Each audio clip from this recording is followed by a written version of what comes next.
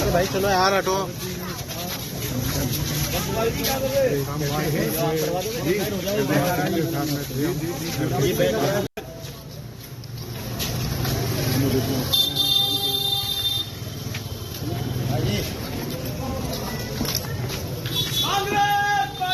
जिंदाबाद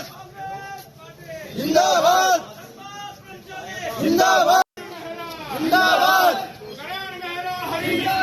जिंदाबाद जिंदाबाद जिंदाबाद जिंदाबाद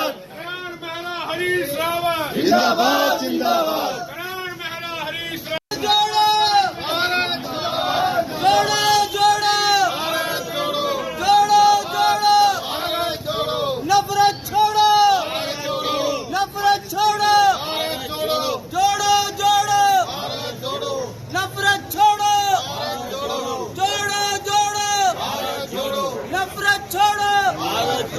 कांग्रेस पार्टी जिंदाबाद जिंदाबाद पार्टी जिंदाबाद हरीश रावत जिंदाबाद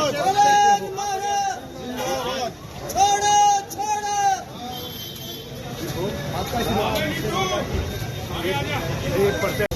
हरीश रावत करण मेहरा जिंदाबाद जिंदाबाद हरीश रावत करण मेहरा जिंदाबाद जिंदाबाद आगे मंडी के ऊपर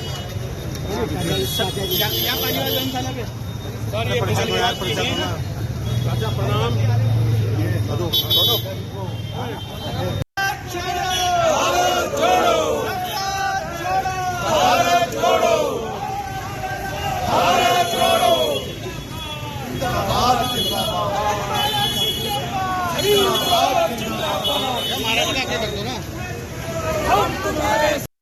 हरीश रावत करण मेहरा जिंदाबाद जिंदाबाद जोड़ो जोड़ो भारत जोड़ो जोड़ो जोड़ो भारत जोड़ो जोड़ो जोड़ो भारत जोड़ो राहुल गांधी जिंदाबाद जिंदाबाद आज से हाथ जोड़ो यात्रा का जो है हरिद्वार फेज है, जिसका आज शुभारंभ अध्यक्ष जी करण मेहरा जी के हाथों से हुआ है और ये अब निरंतर 2 माह तक चलेगा, जिसमें सभी कस्बों को, सभी गांवों को जोड़ेंगे, लोगों से हाथ जोड़ेंगे और लोगों को श्रृंखलाबद्ध करेंगे ताकि इस सरकार की जो कुकृति हैं, चाहे राज्य सरकार हो, चाहे देहरादून वाले हों, चाहे दिल्ली वाले हों, महंगाई, बेरोजगारी, कुशासन, भ्रष्टाचार, इन सब बिंदुओं पर हम लोगों को लामबंद करेंगे ताकि लोगों को इस कुशासन से मुक्ति मिल सके और लोकतंत्र बचाने का जो अभियान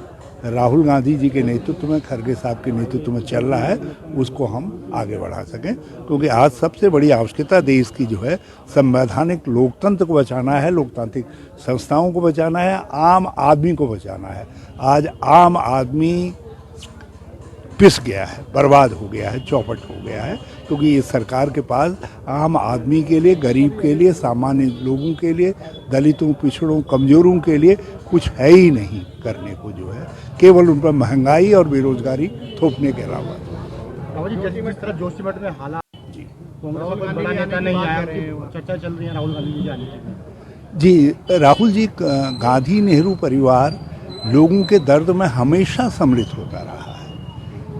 अब हम लोगों को तय करना है, हम नहीं चाहते कि जो वहाँ पर राहत आदि के काम हैं, यदि कुछ चल रहे हों, उसमें कोई दिक्कत आए, मगर हम सारी परिस्थितियों को देख करके राहुल जी के उसको तय करेंगे और हम उनके बहुत आभारी हैं। उत्तराखंड की तरफ से बहुत धन्यवाद देना चाहते हैं।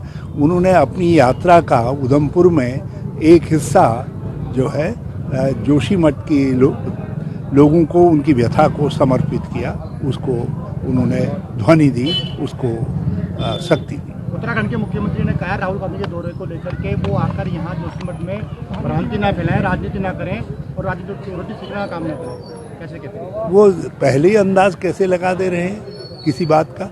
इसका मतलब है भाजपा का कुप्लान तैयार है।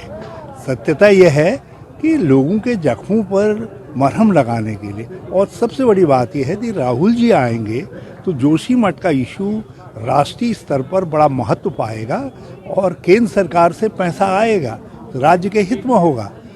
मुख्यमंत्री को तो खुश होना चाहिए कि इससे राज्य को मदद मिलेगी। राहुल गांधी जी का आना राज्य के लिए शुभ रहेगा। आप अध्यक्ष।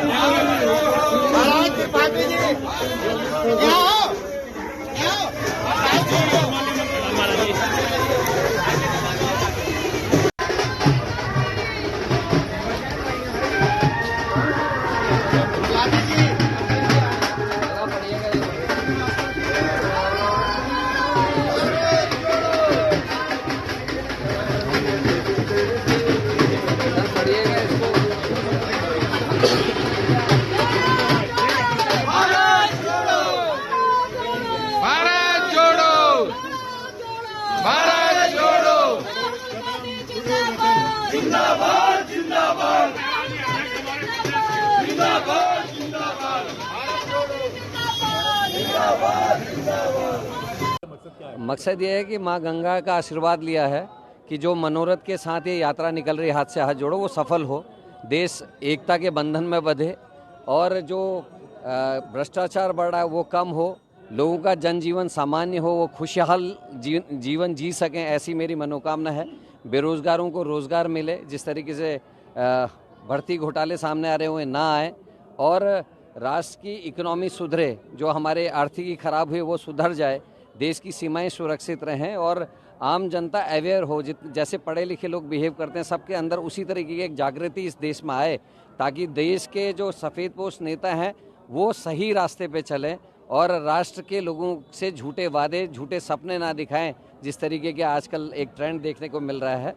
इसी प्रार्थना के साथ माँ गंगा से किया है कि हमारी यात्रा सफल हो। कौन सफेदपोश नेता की बात कर रहे हैं? मैं सारी पॉलिटिकल पार्टीज़ की बात कर रहा हूँ कि जिस तरीके की बातें की जाती हैं और जिस तरीके से अपराधियों को संरक्षण इस समय मिल रहा है वो ख़त्म हो। जैसे बुलेट ट्रेन की बात कर दी, 2 करोड़ रोजगार की बात कर दी, 15 लाख खाते में आने की बात कर दी, सीमाएं सुरक्षित होने की बात करी, जबकि 74 किलोमीटर चाइना अंदर घुस गया है। तो ये जो झूठे वादे हैं, झूठे जो सपने हैं, वो जनता पहचाने और जनता ये जाने कि उनको ठगा जा रहा है। यही प्रार्थना हमारी लोगों से है। जोड़ो यात्रा को हाथ जोड़ो यात्रा क्यों कन्वर्ट करना? इसमें भारत जोड़ो यात्रा का, क्योंकि जो पहला फेज़ है वो स्थगित होगा श्रीनगर जाके और उसके बाद की यात्राएं प्रस्तावित होंगी। ये यात्रा इसलिए भी निकाली गई कि सबके पास एंड्रॉयड फ़ोन नहीं है, सबके घर में टीवी नहीं है और कई लोग अपने काम धंधे में इतने बेचारगी है क्योंकि बिना काम करे वो लोग भोजन नहीं प्राप्त कर सकते, उनके पास समय ही नहीं है इन चीज़ों को देखने का। तो ये तय किया गया कि अंतिम व्यक्ति भी जो है, जिस तक इस तरीके की सूचनाएं नहीं जाती, उससे भी हम मिल सकें, बातचीत कर सकें, गांव-गांव जाएं, घर घर जाएं और चौपाले लगाने का काम भी करें, ताकि लोगों तक जो सच्चाई है इस समय देश में जो चल रहा है उसको समझ सके। जो दिखाया जा रहा है उससे और हकीकत में बहुत बड़ा फ़र्क है।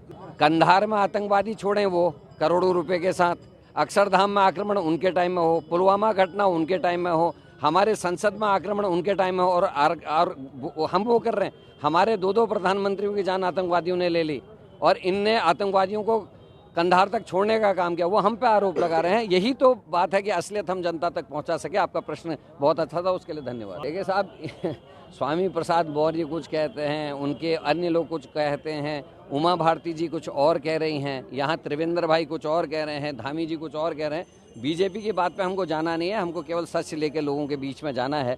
और मैं कह रहा हूँ जो लोग धर्म के नाम पर लोगों को ध्रुवीकरण करने की कोशिश करते तो उनकी कलई जोशीमठ से खुल गई है। उनके प्रदेश अध्यक्ष जो वहाँ के पूर्व विधायक हैं 9 तारीख को वहाँ पहुँचते हैं, इससे उनकी गंभीरता को समझा जा सकता है। और जब करण मेहरा ने कांग्रेस के साथियों को लेकर मुख्यमंत्री के घर का घेराव किया 10 तारीख को, तब विपक्ष के दल को मिलने का मौका दिया गया और उसके बाद वहाँ रात्रि विश्राम हुआ। 10 तारीख तक कोई भी मंत्री, मुख्यमंत्री, कोई मंत्रियों का समूह ने वहाँ रात को कैंप नहीं किया, जो अपने आप में साबित करता है कि जहाँ हमारे आदिगुरु शंकराचार्य की पीठ है, जहाँ 6 महीने बद्रीनाथ जी रहते हैं, जहाँ 12 मास नरसिंह भगवान रहते हैं उद्धव जी के साथ, माँ चंडिका के साथ, और माँ लक्ष्मी उनके द्वार पे रहती क्योंकि अंदर उद्धव जी बैठे हैं। ऐसे पवित्र स्थान को जहाँ कल्पवृक्ष है 2700 साल पुराना, जिसका इतिहास है, जिसके नीचे आदिगुरु शंकराचार्य जी ने तपस्या की, उस धरती को मिटते हुए देख के भी 1 साल 1.5 साल से वहाँ घटनाएं घट रही हैं। 2 साल पहले टनल के अंदर पानी भरता है, उसके बाद वहाँ का अस्पताल आज से 7 महीने पहले धंसना शुरू होता है, बगल का एक पूरा वार्ड के घरों में क्रैक्स आ जाते हैं। लेकिन भारतीय जनता पार्टी की ना तो केंद्र सरकार ना राज्य सरकार चेतती है। दूसरी तरफ एनटीपीसी को क्लीन चिट दे देते हैं बिना जियोलॉजिस्ट के और बिना स्पेशलिस्ट की रिपोर्ट के। मैं धन्यवाद देना चाहता हूं उस पत्रकार साथी को जिसने 10 तारीख की रात को 2 बजे एनटीपीसी की टनल में काम होते हुए की वीडियोस जारी की, जिससे साबित हुआ कि मुख्यमंत्री का वो कथन जिसमें उन्होंने कहा था हर किस्म के कार्य हमने रोक दिए हैं, उसकी कलई भी उससे खुलती है। ऐसे पत्रकारों को मैं धन्यवाद देना चाहता हूँ जो सच्चाई को सामने लाते हैं। राहुल गांधी आ रहे जोशीमठ? देखिए, अभी राहुल गांधी की यात्रा समाप्त नहीं हुई है। हमने उनसे आग्रह किया, हमारा पूरा नेतृत्व वहाँ जम्मू गया था और जैसे ही उनको समय मिलेगा, क्योंकि 4-5 महीने से वो जो पार्टी का कामकाज है उसको भी नहीं देख पाए हैं, लेकिन राहुल गांधी कंसर्न हैं। ये इस बात का सबूत है कि हमारे जाने से 8 दिन पहले उन्होंने मिस्टर पाठक और 2 जूलॉजिस्ट को बुलाकर पूरे हिमालय, जो नया हिमालय है, इसके बारे में चर्चा की थी। क्योंकि केवल जोशीमठ में नहीं हो रहा सर, मैं खुद गया था, कर्णप्रयाग का जो बहुगुणा शहर है वो पूरा टूट रहा, 38 घर लगभग समाप्त हो चुके हैं। उनको 2 साल से वो एप्लीकेशन लिख रहे, कोई नहीं सुन रहा है। हमारे उत्तरकाशी में क्रैक आ गए, टिहरी में क्रैक आ गए, हमारे मसूरी से लगे हुए क्षेत्र में क्रैक हैं, धारचूला में क्रैक हैं, रुद्रप्रयाग में क्रैक हैं, गोपेश्वर में बहुत बड़ी एक इलाका पूरा टूट रहा है। तो पूरा हिमालय जो है ये, इसमें जिस तरीके के विकास के नाम पर जो विनाश की लीला चल रही है, जिसको टेक्नोलॉजी के रूप में जिस नियमों को ताक पर रख के जिस तरीके से विकास किया जा रहा है, 2005 का जो आपदा प्रबंधन अधिनियम है उसके जो कानून है उसका भी उल्लंघन हो रहा है। जो ब्लास्टिंग होनी चाहिए वो कंट्रोल ब्लास्टिंग होनी चाहिए, वहाँ अनकंट्रोल ब्लास्टिंग हो रही है। मैं खुद देख के आया हूँ। कंट्रोल ब्लास्टिंग का मतलब है कि 18 मीटर से ज़्यादा दूर तक कंपन नहीं जाना चाहिए, लेकिन वहाँ जिस तरीके की ब्लास्टिंग है, जो लोग बता रहे हैं कि 200-200 मीटर दूर तक की धरती हिल रही है, अनकंट्रोल ब्लास्टिंग वहाँ चल रही है। प्रशासन और शासन जो है कॉर्पोरेट के आगे घुटने टेक के बैठा है। ये हम सब के लिए चिंता का विषय है और यही राहुल गांधी की चिंता का विषय है। उन्होंने एक बात और कही कि जो इसरो की रिपोर्ट आई थी उसकी रिपोर्ट जिस तरीके से गायब करी गई, उसको रोका गया, ये निश्चित ही दुर्भाग्यपूर्ण है। और पढ़े लिखे विकसित राष्ट्र जो हैं वो ऐसी रिपोर्ट्स का इस्तेमाल लोगों की जानमाल की रक्षा करने के लिए, आगे को क्या प्रिवेंट करना है हमने उसके लिए इस्तेमाल करते हैं। हमारी सरकार के अनपढ़ कहना चाहूँगा या जिनको अनुभव नहीं है, अनुभवहीन जो नेता हैं, वो ऐसी रिपोर्ट्स को रोकने की कोशिश करें, जो दुर्भाग्यपूर्ण है।